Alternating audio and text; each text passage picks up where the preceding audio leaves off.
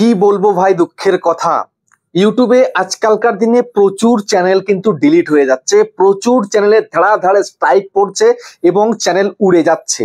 যেমন হিন্দিতে প্রচুর চ্যানেল, বেসিক্যালি আর্নিং চ্যানেলের উপরে এমন কিছু প্রবলেম ঘটে যাচ্ছে যে সেই চ্যানেলগুলো আর হয়তো থাকছে না। ঠিক আছে, এরকম প্রচুর চ্যানেল কিন্তু ইউটিউবে রয়েছে, যে চ্যানেলগুলোর মধ্যে দুটো স্ট্রাইক এবং ওয়ার্নিং স্ট্রাইক রয়েছে। কমিউনিটি গাইডলাইন স্ট্রাইকের কথা বলছি, ঠিক আছে, কপিরাইট নয়। যে একটা প্রথমে ওয়ার্নিং স্ট্রাইক, তারপরে হচ্ছে দুটো কমিউনিটি গাইডলাইন স্ট্রাইক অ্যাক্টিভ রয়েছে, আর একটা যদি কোনো ক্রমে চলে আসে তো সেক্ষেত্রে কিন্তু চ্যানেলটাই আর থাকবে না। তো এমতো অবস্থায় কি করা উচিত, আর কেনই বা এইরকম স্ট্রাইক পড়ছে, চ্যানেলকে ইউটিউব উড়িয়ে দিচ্ছে?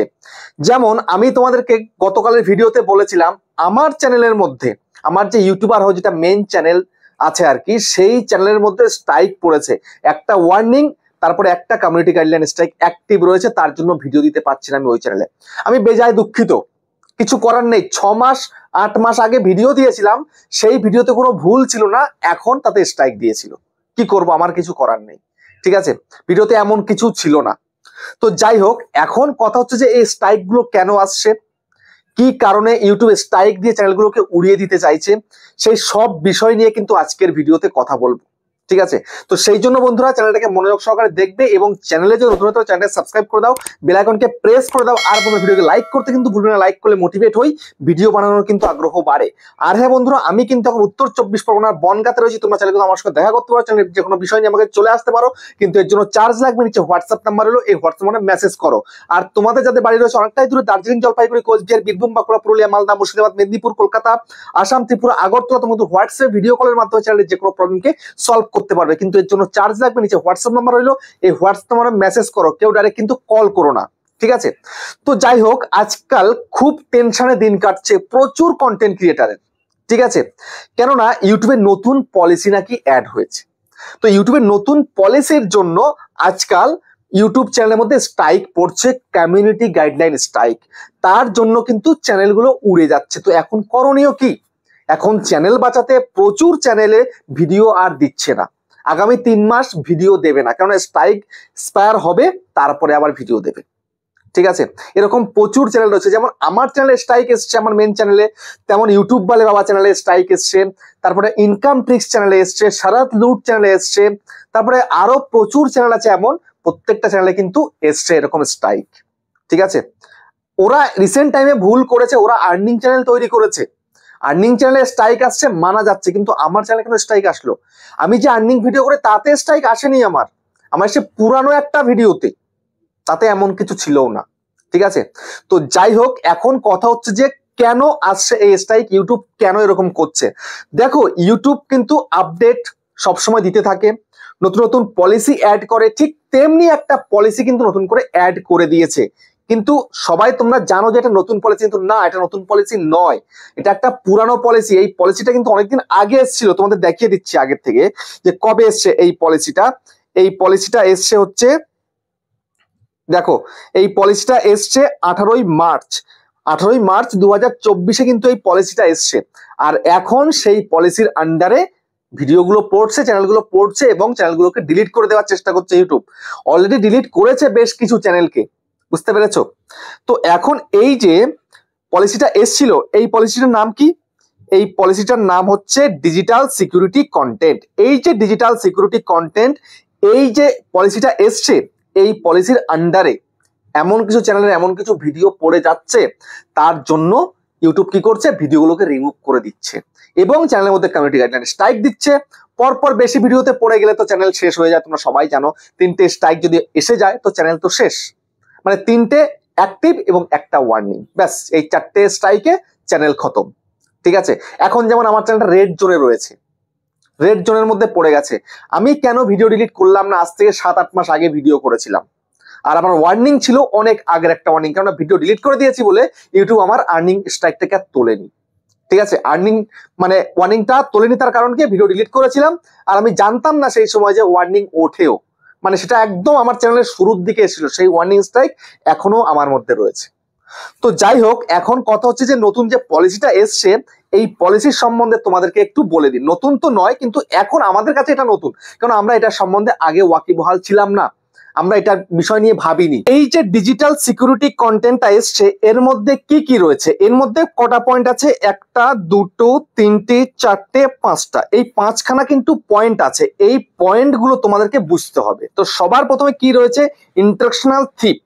তো instructional theft video post with the express intent to steal physical goods or get something for free.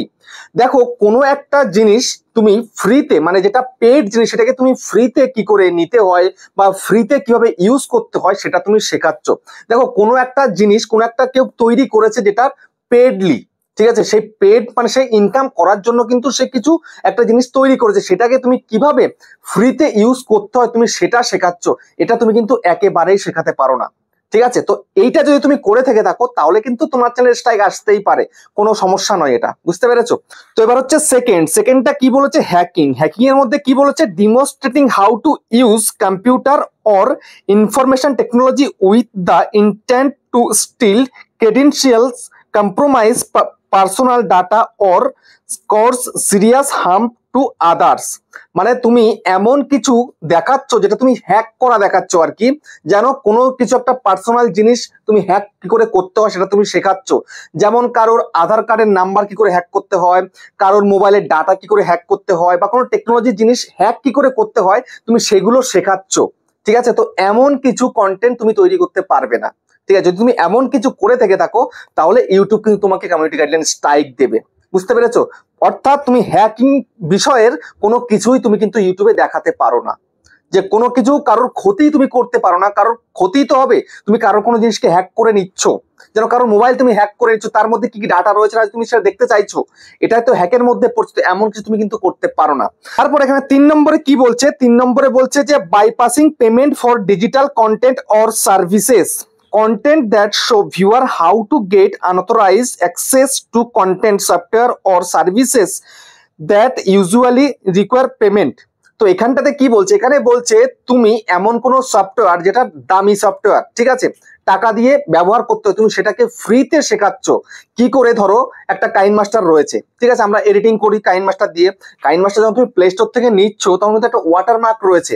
তো এখন তুমি শেখাচ্ছ এই কাইনমাস্টার থেকে নিয়ে তুমি ওয়াটারমার্ক কি করে হাঁটাবে, বা কোন জায়গা থেকে কাইনমাস্টারকে ইউজ করলে কিভাবে নিলে সেটা ওয়াটারমার্ক থাকবে না, মানে ফ্রিতে ইউজ করতে পারে, যেটা পেড জিনিসটি কি করে ফ্রিতে ব্যবহার করতে হয় তুমি সেই জিনিস শেখাচ্ছ।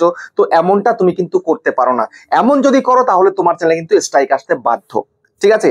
যে কোনো একটা কোম্পানি কোনো একটা পেড জিনিস তৈরি করে যে প্রতি মাসে বা প্রতিদিন সে ইনকাম করবে, তুমি তার সেই ইনকামটা বন্ধ করে দিচ্ছ, এমন কাজ তুমি কিন্তু করতে পারো না।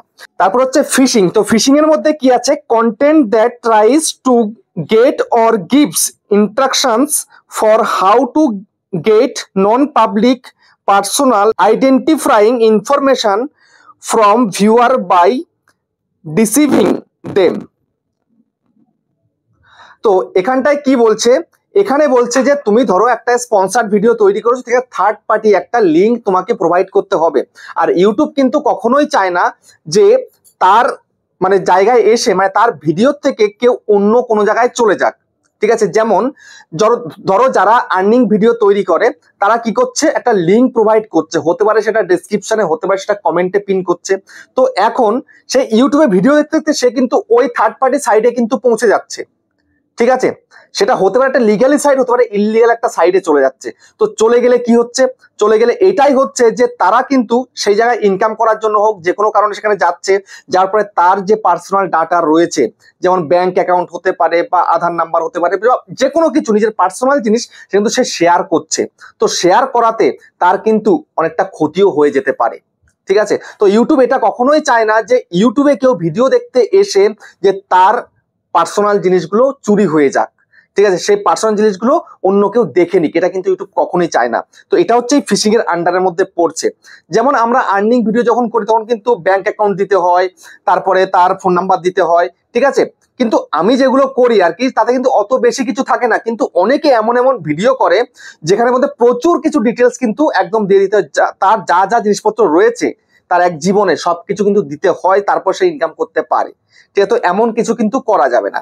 তারপরে লাস্ট হচ্ছে ক্রিপ্টো ফিশিং।